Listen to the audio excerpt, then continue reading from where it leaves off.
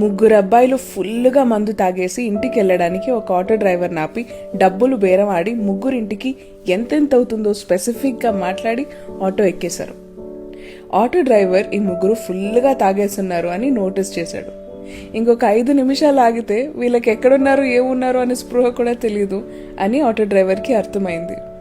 మరి అంతంత దూరం వాళ్ళ ఇంటి దగ్గర డ్రాప్ చేయడం ఎందుకు అని కన్నింగ్గా ఆలోచించి వాళ్ళ ఇంటి దగ్గర కాకుండా పక్క గలీలో ఆటో ఆపి మొదటి అతనికి, సార్ మీ ఇల్లు వచ్చేసింది దిగండి అని అన్నాడు.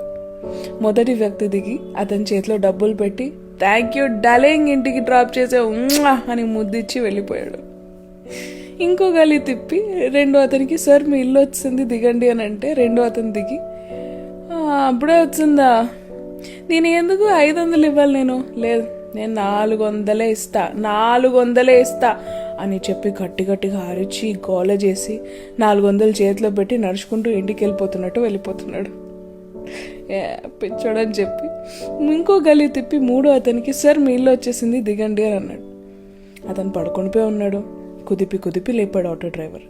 లేచి ఆటోలోంచి దిగి ఈ ఆటో డ్రైవర్ వైపు చూసి పడేయాలని ఒక్క టైట్ స్లాప్ ఇచ్చాడు. ఆటో డ్రైవర్ భయపడిపోయాడు. నేను ఇంటి వరకు డ్రాప్ చేయట్లేదు అని నిజం ఇతనికి తెలిసిపోయిందేమో అనుకున్నాడు.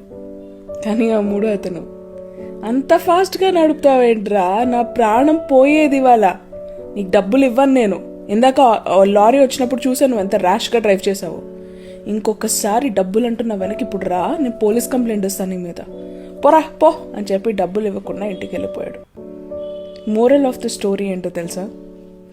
ఎవరు ఎంత తాగేసి ఉన్నా, స్పృహలో పూర్తిగా లేకపోయినా, వాళ్ళ కోర్ పర్సనాలిటీ ఏంటో వాళ్ళు అలాగే ప్రవర్తిస్తారు.